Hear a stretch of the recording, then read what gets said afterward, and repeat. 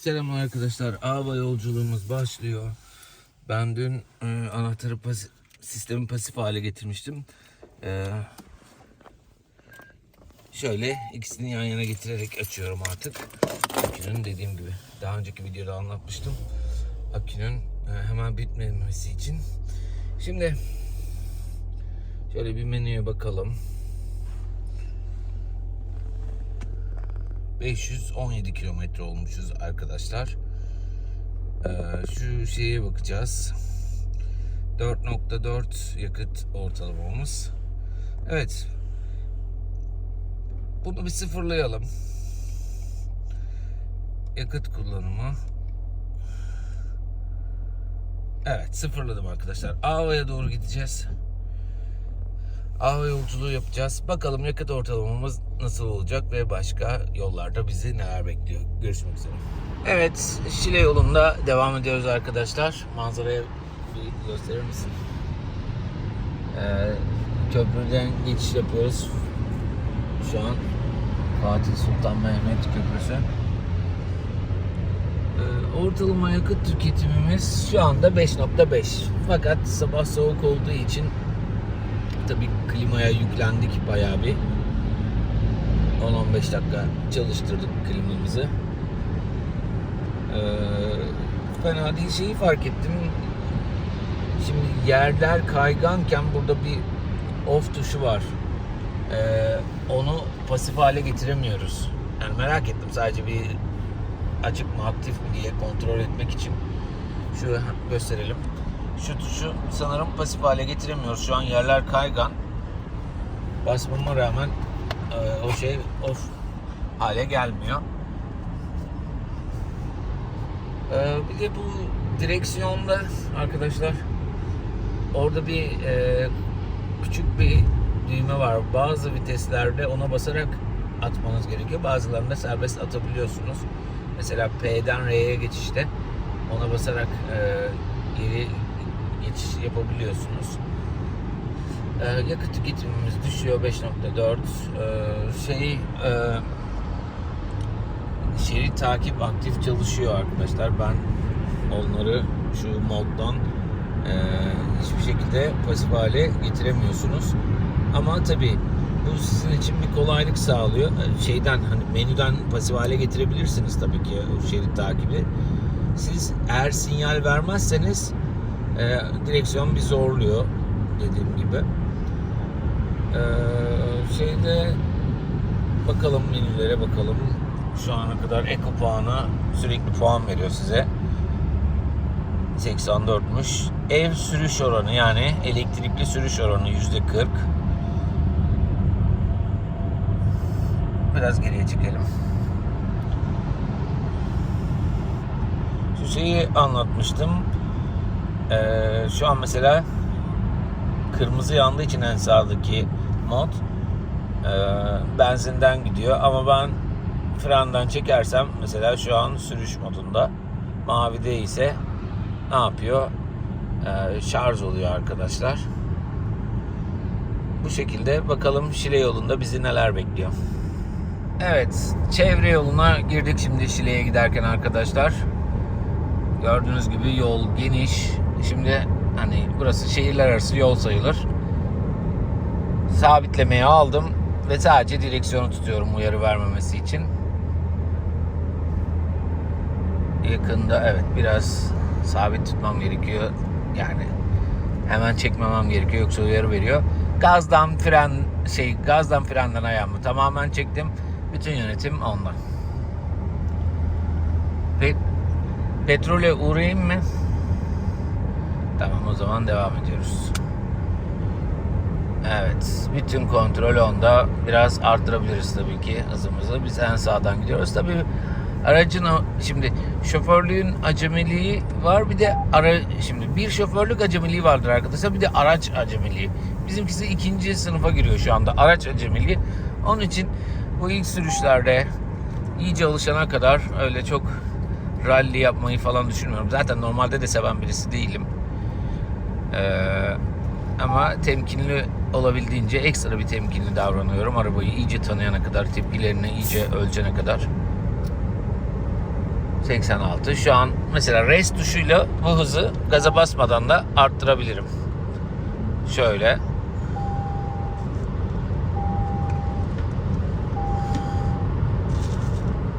Evet.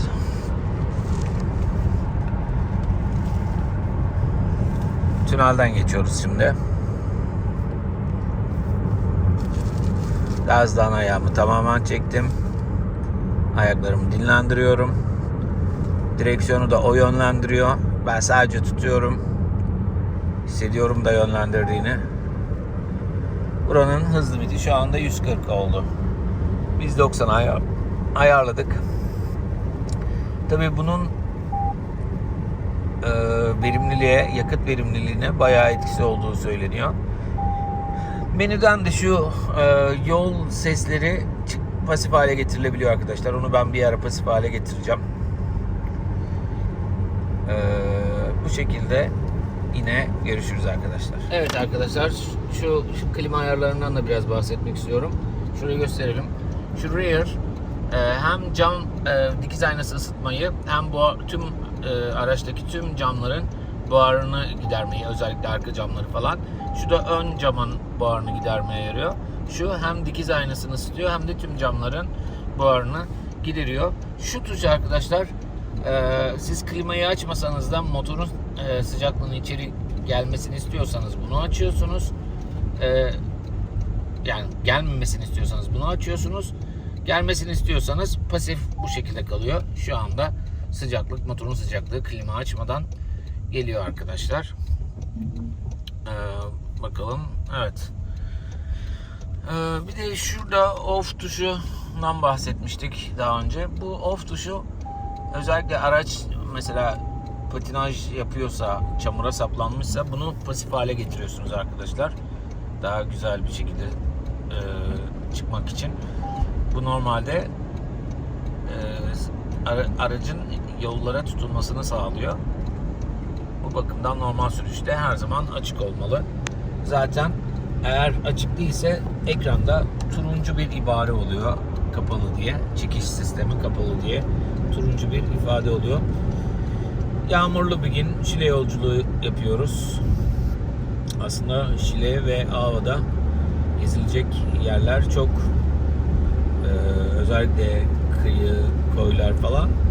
Ama biz biraz İstanbul, yani denize girmek için falan değil, biraz İstanbul yoğunluğundan kaçalım dedik ve arabayı da böyle uzun rahat bir yolda sürelim istedik. Şimdi tekrar şeye basarak şu rest tuşuna basılı tutarsanız arkadaşlar beşer beşer atlıyor. Şimdi 100'e getirdik, biraz motoru gazlıyoruz tabii haliyle. Burada motor sesi duymamız normal arkadaşlar. Bakalım, kontrol tamamen onda.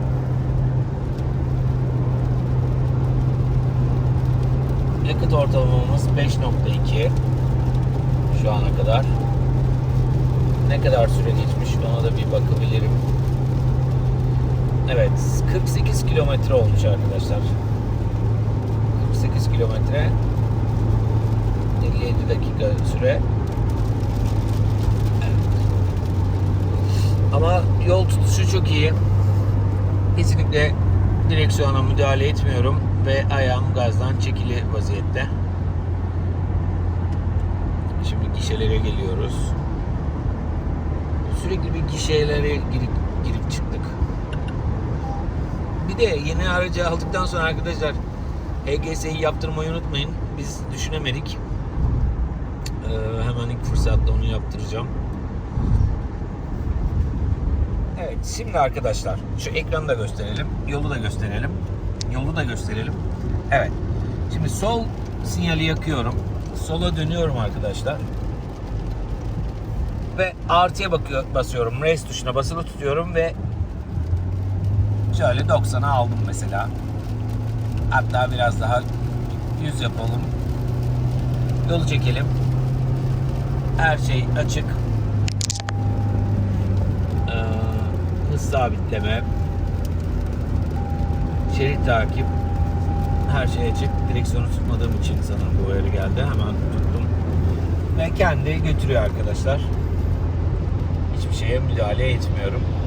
Tabii buna basılı tutarak daha da arttırabilirim yol sınırlarını geçmemek kaydıyla. Bakalım performansımız nasıl? Yol biraz daha düz. Bir 5 kilometre daha hızı arttırayım. Evet, gazın sesini duyuyorsunuz. Motorun sesini. Yani uzun yolda freni gazı kolay gaz butonunu kolay kullanmıyorsunuz arkadaşlar. Yani bu şeylerle, menü ayarlarıyla filan yolu idare ediyorsunuz ve çok rahat bir sürüş oluyor.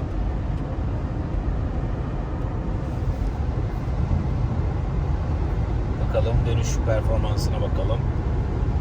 Direksiyonu da gösterelim biraz. Evet. Dönüyor. Kendi döndürüyor. Ben hiç müdahale etmiyorum. Sadece direksiyonu tutuyorum.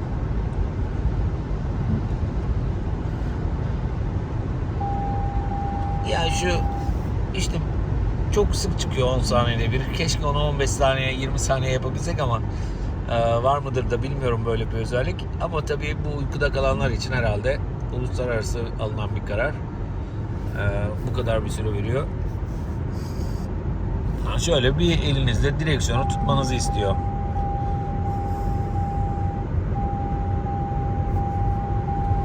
İki elimizle.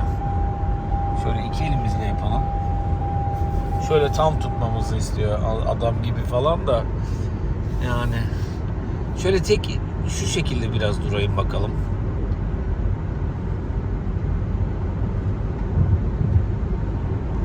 Evet. Yok, bu şeritten hafif çıkıyorsun anlamına geldi. Belki ben birazcık direksiyona dokunmuş olabilirim. Evet, böyle durunca bir şey olmuyor arkadaşlar. Sadece elimi çekelim. Evet, böyle tutmanız yeterli arkadaşlar. Direksiyon uyarı vermiyor. Böyle tuttuktan sonra hiç uyarısız gidebilirsiniz saatlerce. Evet, güzel. Bilerek çevre yolunu seçtim bir de. Şile'den Şile'ye gitmek için. Böyle rahat sürelim diye. Dediğim gibi zamanla belki daha hızlı sürüşler yapabiliriz ama bu bir alışma süreci. Test etmek istiyoruz, arabaya alışmak istiyoruz. Arabanın acemiliğini atmak istiyoruz. O nedenle bu şekilde. Evet, yolculuğumuz devam ediyor. Kalan süremiz... Hız kamerası. Hız limiti 70. Hız kamerası dedi arkadaşlar. Hız limiti 70 dedi. Hız kamerası varmış buralarda. Bakın bunu da söylüyor. Evet. Hemen dikkat edelim. Evet, kameraları algılaması çok iyi. Tesadüf denk geldi bir de. Hız kameralarını algılıyor. Hız limiti 70 dedi. Tam biz videoyu açtık. Tamamen tesadüf oldu. Evet. Şimdi şeyi ayarladık. Motordan sıcaklık şu anda şunu açmamız gerekiyor değil mi? Gelmemesi için. Evet, açtık. Motordan sıcaklık gelmiyor. Bu hani normal araçlarda, manuel araçlarda arkadaşlar, eski tip araçlarda hani kışın özellikle motor ısısıyla ısınırız ya klimayı açmadan. Bu özellik bir nevi onu temsil ediyor. Ya zaten aracı ilk 15 dakika filan klima ile çalıştırıyorsunuz. Daha ondan sonra gerek olmuyor arkadaşlar. İlk başta bir soğuk oluyor. Motor sıcaklığı da yeterli düzeye ulaşmadığı için ilk başta motordan sıcaklığı alamıyoruz tabi. İlk bir 10-15 dakika çalıştırdıktan sonra motorun kendi ısısıyla ısınabiliyorsunuz kışın. Yazın da zaten AC modunu açarak, şuradaki gösterelim. AC modunu açarak soğuk hava L'ye getireceğiz buradan da. L ve H arasında, yani L'ye getirirsek LO maksimum soğutma, HO'ya getirirsek maksimum ısıtma oluyor. Tabii onun arasında dereceyi seçebiliyorsunuz. İşte aynı normal ev tipi klimalar gibi 17 ile 30 derece arasında ve sol tarafınız, sağ tarafınız kendinize göre ayarlayabiliyorsunuz yani. Şoför koltuğunda oturan kişi istediği sıcaklığa getirebiliyor. Yan koltukta oturan kişi istediği sıcaklığa getirebiliyor ve arka koltuğu da ısıtıp ısıtmamasını siz ayarlayabiliyorsunuz yine buradaki düğmeden. Eğer arkada kimse yoksa verimlilik açısından arka koltuğun ısıtmasını kapatabiliyorsunuz arkadaşlar. Şimdi arkadaşlar, eğer mesela en son hız sabitleyiciyi 105'te kullanmışım. Eğer artı tuşuna basarsam direkt 105'ten gider. 2 kere falan basarsam. Deneyelim. Normalde hızım şu anda 80. Artı tuşuna bastım, direkt 105'e geçti. Şimdi onu tekrar pasif hale getiriyorum. En son 105'teyim. Ama şimdi onu pasif hale getirdim. Ama şu hemen o artının yanındaki arabalı figüre basarsam, üstteki arabalı figüre basarsam olduğumuz hızda. Bakın olduğumuz hızda gidiyor. Sabitlemeyi olduğumuz hızda 72 açıyor. Yani şu iki tuş, şu birincisi olduğunuz hızda sabitliyor. Artıya basarsanız da en son hangi sabitlemede kullandıysanız ona geçiş yapıyor arkadaşlar. Şimdi arkadaşlar yine güzel bir özellik keşfettik. Biz otomatik hızlanma, sabitleme modunda 70, gerçi biraz hızlandık. Öndeki araç hızlandı ama şöyle anlatayım ben size. Öndeki araç 70 ile giderken öndeki araç 60 ile gitsin mesela. Ben de hızımı, otomatik sabitlemeyi 80'a aldım diyelim ama öndeki araç 60 ile gidiyor. Arkadaşlar 80 alsanız bile takip mesafesini koruyor. Mesela atıyorum öndeki araç 60 ile gidiyorsa 50 ile götürüyor sizi ve takip mesafesini fren yaparak koruyor arkadaşlar. Bu da çok güzel bir özellik yani. Her kullanımda yeni bir özellik keşfediyoruz arkadaşlar. Dediğim gibi uzun yollarda bu sistemlerin hepsi aktif bir şekilde kullanılabiliyor. Çok işlevsel. Şu an direksiyonda döndürüyor. Biz otomatik hızı açtık. 71'e getirdik. Mesela ben bunu 100'e getirsem bile öndeki araç eğer 80'daysa 100'e gelmiyor arkadaşlar. Mesafeyi koruyor. Evet, bir mola verdik. Şimdi arkadaşlar bu ne dedik? Otomatik sinyal vermeyi kapattım dediğim için artık kumandadan manuel şöyle açıyorum. Yapmam gereken tek şey bu. Akünün bekleme modunda sinyal vererek aküden yemesini önlemek için. Tek farkı ne arkadaşlar? Şu, bir de çalıştırırken şöyle çalıştırmanız gerekiyor. Power tuşuna şöyle basmanız gerekiyor. Ekstra olarak bu şekilde. Evet, Şile'nin girişine geldik arkadaşlar. Burada Carrefour, Migros, özellikle o Şile merkeze gelmeden önce Ayazma plajına dönüyorsunuz. Belediye yazıyor, Ayazma plajı diyor. Biz bir orayı merak ettik. Maksadımız kahvaltı yapmak zaten. Bu havada başka ne yapılabilir? Bir de manzarayı görmek. Ve daha sonra yazın gelmek istediğimizde bir ön inceleme. Makro bile var arkadaşlar. Makro bile var. Şok. Makro Center'ın 2 tane şubesi var. Bayağı bir yani tatil köyünü andırıyor arkadaşlar. Hani bayağı bir buralarda işletmeler var. Petrol ofisi girişi. Yani böyle Şile'yi bir köy gibi düşünmeyin. Evet arkadaşlar, bir de fark ettiğimiz başka bir özellik. Eğer kapıyı tam kapatmamışsanız siz D'ye alıp sürüş yaptığınızda dur. Evet, dediğim gibi aracın kapısını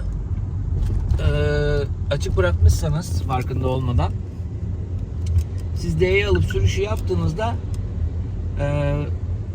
aracı park moduna alın diye uyarı veriyor sürekli. Yani buradan anlamanız gereken sizin çıkış yapacağınızı düşünüyor. Ve kapıyı haliyle kapının açık olduğunu anlıyorsunuz. Bu da güzel bir özellik arkadaşlar. Bu arada petrole uğradım. Tam 500 yani doldurdum.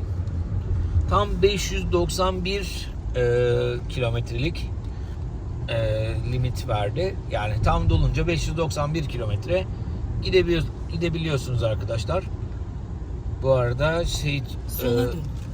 ortalama yakıt tüketimimiz de sola dönün diyor. Ben burada... Evet, bu arada sahili gördük arkadaşlar. Muhteşem. Harika. Şöyle geniş açılı da çekebilirsin. Hafifçe soldan devam. Karavan araçları var arkadaşlar burada sağ tarafta. Ne diyor? Bu alan beach'e aittir diyor. Karavan plajları. Otele aitmiş bu alan. Manzara çok iyi. Ayazma plajına geldik arkadaşlar.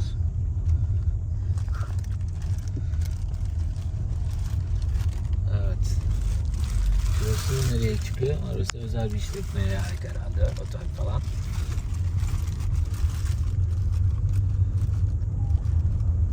Karavancılar bayağı varmış burada. Bakın şurada da bir karavan var.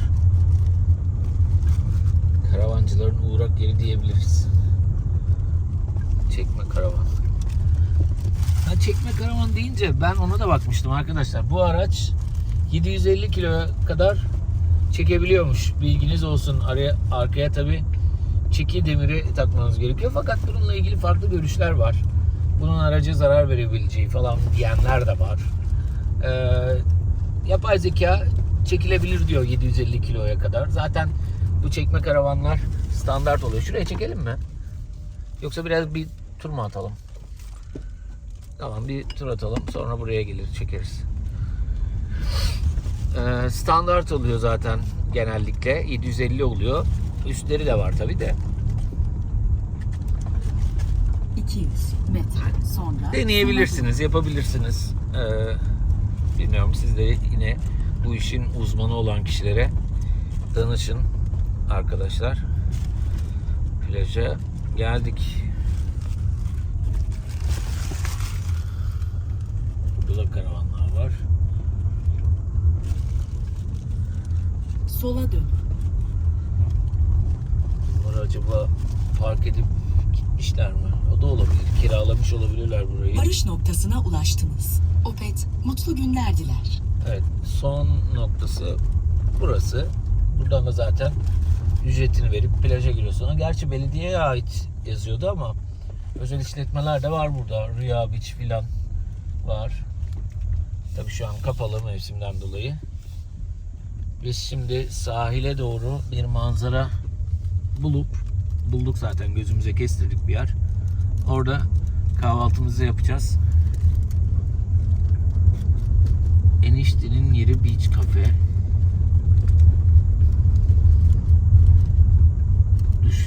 Duş kabin falan da var.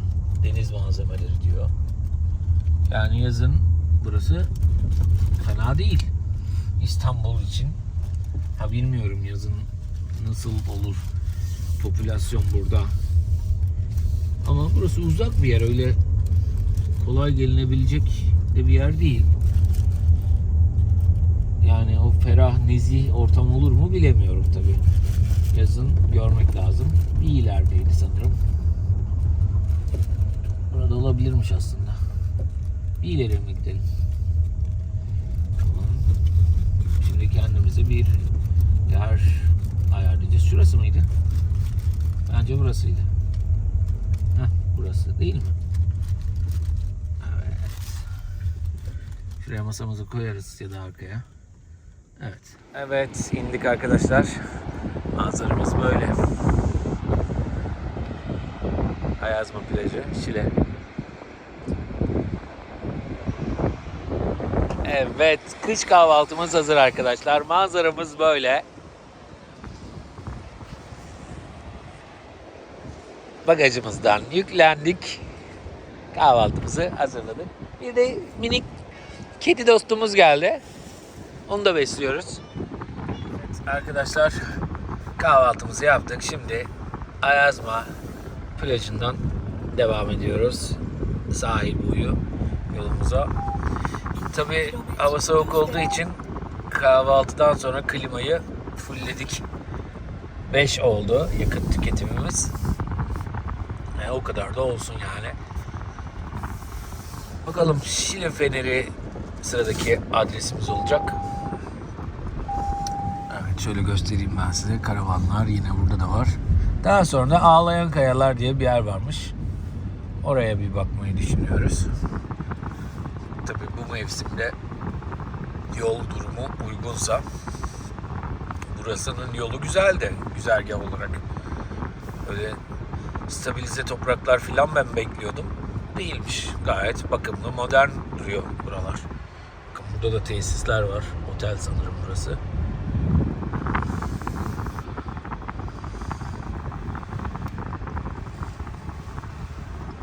Bakın şurada da bir otel var. Güzel otel.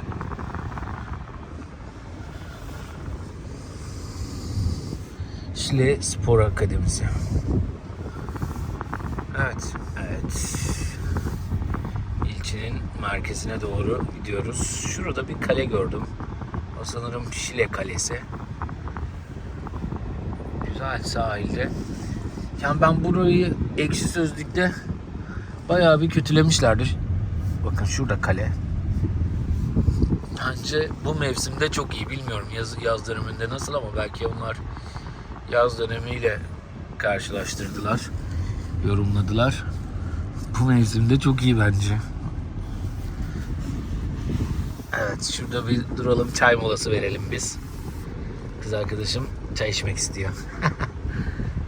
Evet, burada durup bu muhteşem güzelliği çekmek istedik.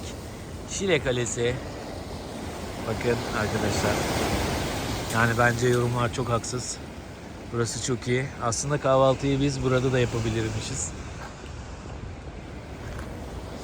Gayet güzel şurada. Hatta burası esmiyor. Orası çok esiyordu. Olsun. Ben yolun devam ettiğini düşünseydim gelirdim buraya kadar. Belki de. Evet. Muhteşem bir güzellik. Cross'umuz. Bakalım bizi daha nerelere götürecek. Evet. Limandayız arkadaşlar. Küçük, sakin bir balıkçı kasabasını andırıyor. Şuraya gösterir misin? Kuşları gördün mü suyun üstünde?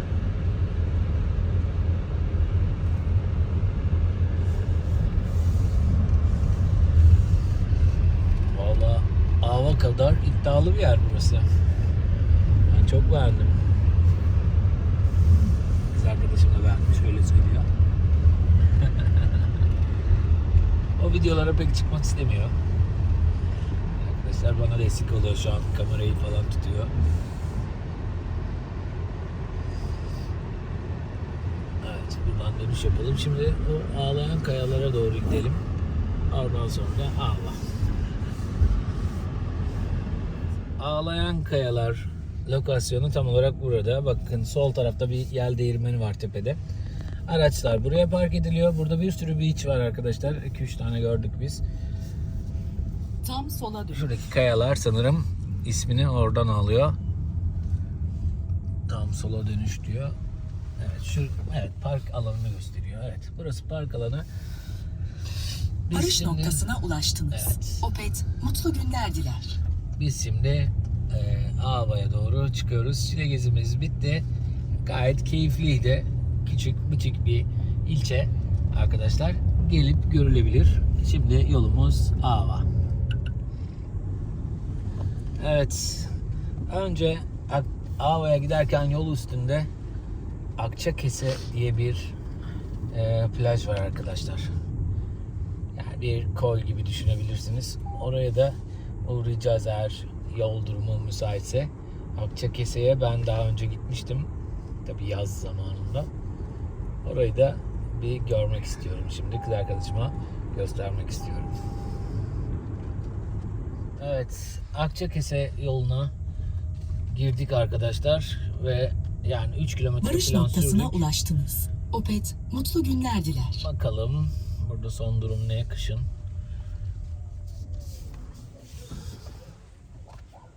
Sanırım burası ne?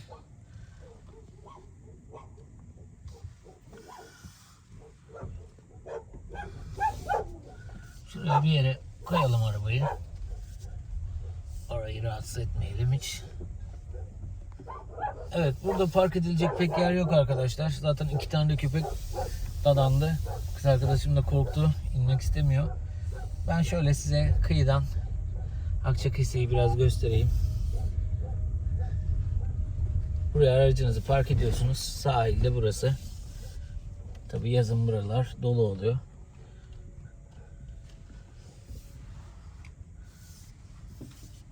Buradan dönüş yapalım biz. Ağabey'e doğru gidelim. Bayağı da bir köpek var. Şurada kamp alanları var. Butik oteller, küçük bungalov demeyelim de değişik konaklama yerleri var. Hemen şu giriş yolunu da göstermek istiyorum. Yani bir gidin ya. Forest diye bir camping var burada arkadaşlar. Kamp yapmak isteyenler için. Hemen ileride. Zaten ben yazın geldiğimde buraya o biraz önce gösterdiğim park alanına koymuştum. Öyle hatırlıyorum. Oraya koymak istemeyenler şöyle geriye falan koyuyorlar aracına. Ama yazın burası full dolu oluyor. Hemen şu sol tarafta camping bir tane. Akçakese böyle arkadaşlar. Şimdi havaya devam edelim. Evet arkadaşlar, Ava'ya giriş yaptık. Bakalım. Aslında Ava Şile'ye bağlı bir yer. İşte bir Migros var, oteller hemen karşımıza çıktı. Ben şurada yemek yemiştim sanırım. Burasıydı sanırım. Bakayım, hatırlamaya çalışıyorum. Burası mıydı? Buraya benzettim ama.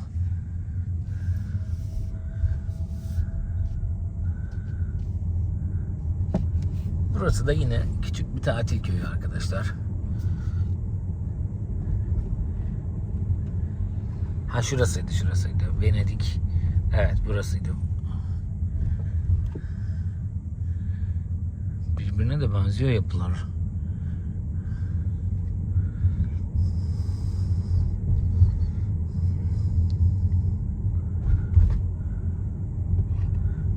...300 metre sonra sola dönün. Ardından sola dönün. Sahil plaj yolu. Gökçe Kandıra. Buradan mı sola dönün dedi. Dönelim ya şöyle. Oraya da gideriz. Şunu araçtan devam et desene. Rota yeniden oluşturuldu. Yok, o sorun değil rota da. 50 metre sonra sağa dönün. Sağa dönün.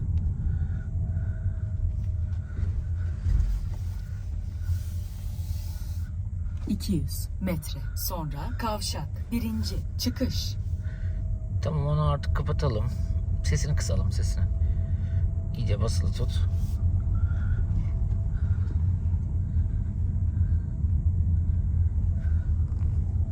Al sen bunu. Biraz çek böyle. Kavşak. Birinci çıkış. Burası tam merkezi. Ava'nın.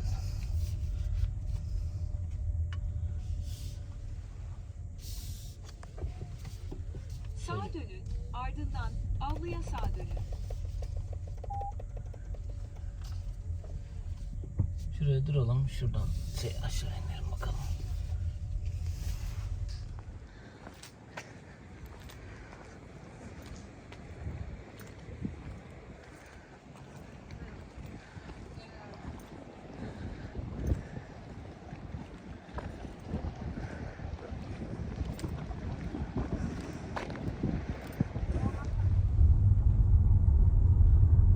Evet, Ava'nın içinde biraz dolaşıyoruz. ATV safariler var. Bir derenin yanından Yakuplu Caddesi'nin üzerinden geçiyoruz. Burada villalar, lüks oteller ve beach camping alanları mevcut. Göl kenarında kahvaltı yapabileceğiniz yerler mevcut.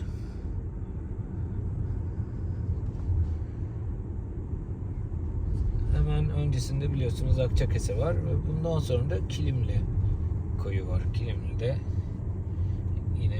güzel yani Ava'nın gezilebilecek yerlerinden biri. Şey yapalım.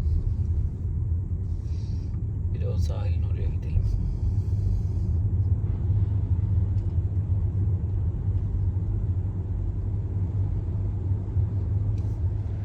Evet, Ava plajı sahilinde yürüyoruz şurada.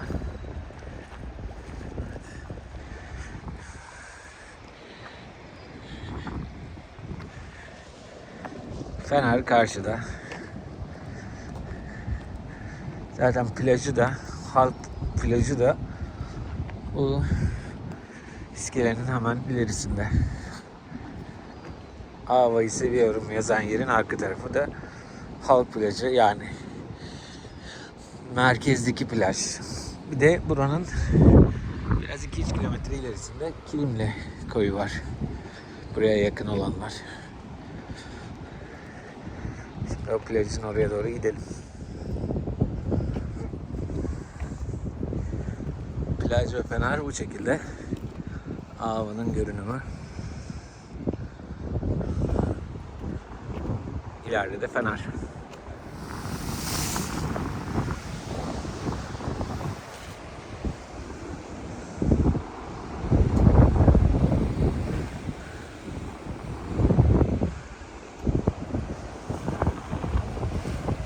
Evet arkadaşlar, Ava gezimiz de bitti. Artık dönüş yolculuğuna geçtik. Buradan Polonezköy'e uğrayacağız. Belki onu da başka bir zaman yayınlarız. Bir sonraki Corolla gezisi videosundan görüşmek üzere arkadaşlar. Sayfayı takip edip abone olursanız çok mutlu oluruz. Kendinize iyi bakın. Hoşça kalın.